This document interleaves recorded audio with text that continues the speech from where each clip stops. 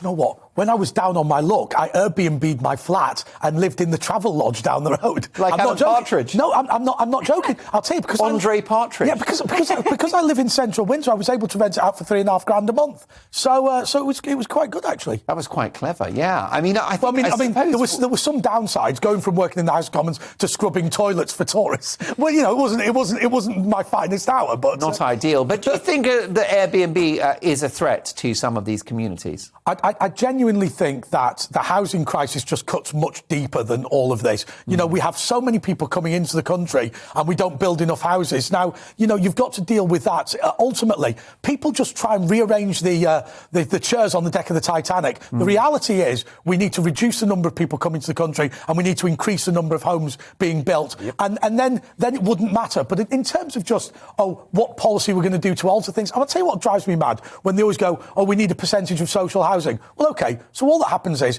you know, 20 people need a house, you've got 15, and you've just changed the way you've allocated those 15. There are still 5 people left over. It's now just a different 5 people. But with the business model of Airbnb, it means that there's even less stock in the housing market for first-time buyers.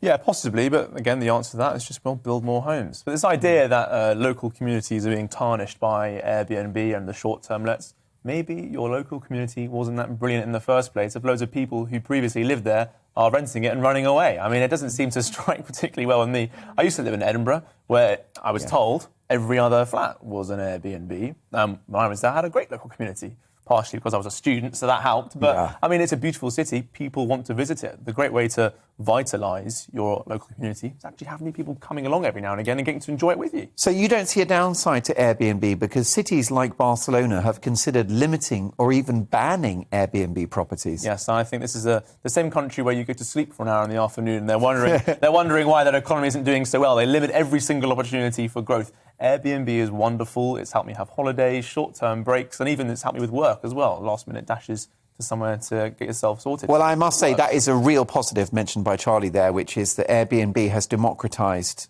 staycations and made it much cheaper for families and individuals and it ended the monopoly of hotels who have been just basically making billions for years. I love Airbnb. I've used Airbnb. I've had some great experiences of Airbnb. I've had some weird experiences of Airbnb as well. She stayed at my place. Did you have to give it a good old clean? You did scrub the toilets, yeah. The first thing you do when you stay in one of Andre's properties is fall to your knees. She came out of the shower with more hair than when she went in. Yeah. I didn't say what type, right? I got away with that. Strawberry blonde or collar and cuffs. On a serious note, though, I think, Charlie, I'm sorry to say, I think that you're off point there about the people leaving those communities, because in the Hebrides, which is where this story is coming from, I think that what they've done is a brilliant market-based solution to dealing with the challenges that Airbnb pose.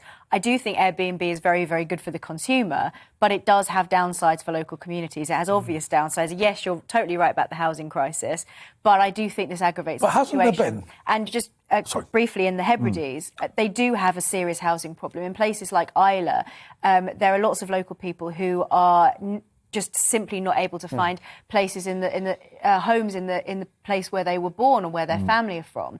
And so I think that actually coming up with a solution like this to deal with the challenges that Airbnb pose, as I say, a market-based solution, is very clever for local communities to club together and say, actually, if you want the money from these rental properties to be invested in the local area, then you don't go to Airbnb, you go to one of these local companies to make sure that that money is being reinvested in the area that could go, for example, on building houses. But time and time again, what we hear with these things, whether it be Uber or whether it be Airbnb, that what they're replacing is an inefficient system. Because always remember, the Hebrides and everywhere else should have a tourist board which organises stays in hotels and stays in rental apartments and whatever. And the fact is, they just don't do that. What they do is take taxpayers' money and then expect you to phone between 2 and 4 on a Thursday, twice, once every 2 weeks or whatever.